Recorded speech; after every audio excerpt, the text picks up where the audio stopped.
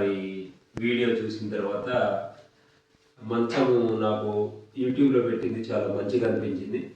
సరే, దాంట్లో ఉన్న నెంబర్కు కాల్ చేయడం జరిగింది. చేసిన తర్వాత నాతో విజయబాబు గారు మాట్లాడి, సార్ మేము ఏదైతే మీకు చూసినటువంటి వస్తువు ఉందో అదే వస్తువును యథావిధిగా మీకు చెప్పిన ప్రకారమే నేను మీకు తీసుకొచ్చి అప్పచెప్తాను సార్. దానికి ఇప్పుడు ఏదైతే చెప్తున్న రేటు ఉందో ఆ రేట్ కంటే తక్కువ ఇవ్వలేను సార్ అని కూడా చెప్పడం జరిగింది. సరే, మంచిది అని అన్నాను. ఆ తర్వాత వాళ్ళు ఫాలోఅప్ కాల్ చేశారు. కొంచెం అమౌంట్ కొంచెం ఒక 5-10 వేలు మీరు వేయగలిగితే బాగుంటుంది సార్ అని నన్ను అడిగారు.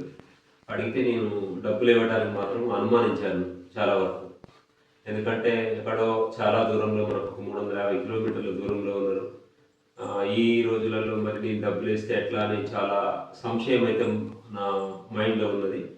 ఆ తర్వాత లాస్ట్ బయలుదేరే రోజు అంటే 11వ తారీఖు రోజు వాళ్ళు అక్కడి నుంచి బయలుదేరేటప్పుడు నాకు ఫోన్ చేసి, సార్ కనీసం ట్రాన్స్పోర్ట్ ఛార్జెస్ అయినా ఇవ్వండి, మీకు చెప్పిన 7,500 అని అడిగారు. అడిగితే లేదని నేను చెప్పేసి నేను ఒక 5,000 వెహికల్ ట్రాన్స్పోర్ట్ అమౌంట్ వేయడం జరిగింది.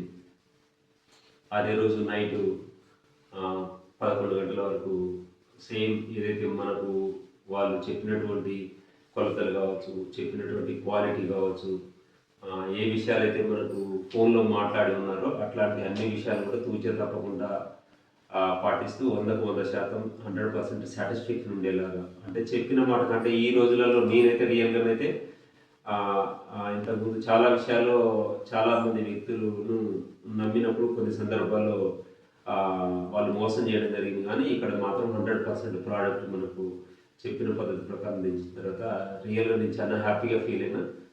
రియల్గా వాళ్ళ యొక్క కమిట్మెంట్ ఏదైతే ఉందో దానికి నేను చాలా హ్యాపీగా ఫీల్ అవుతున్నా. థ్యాంక్ యూ విజయబాబు గారు.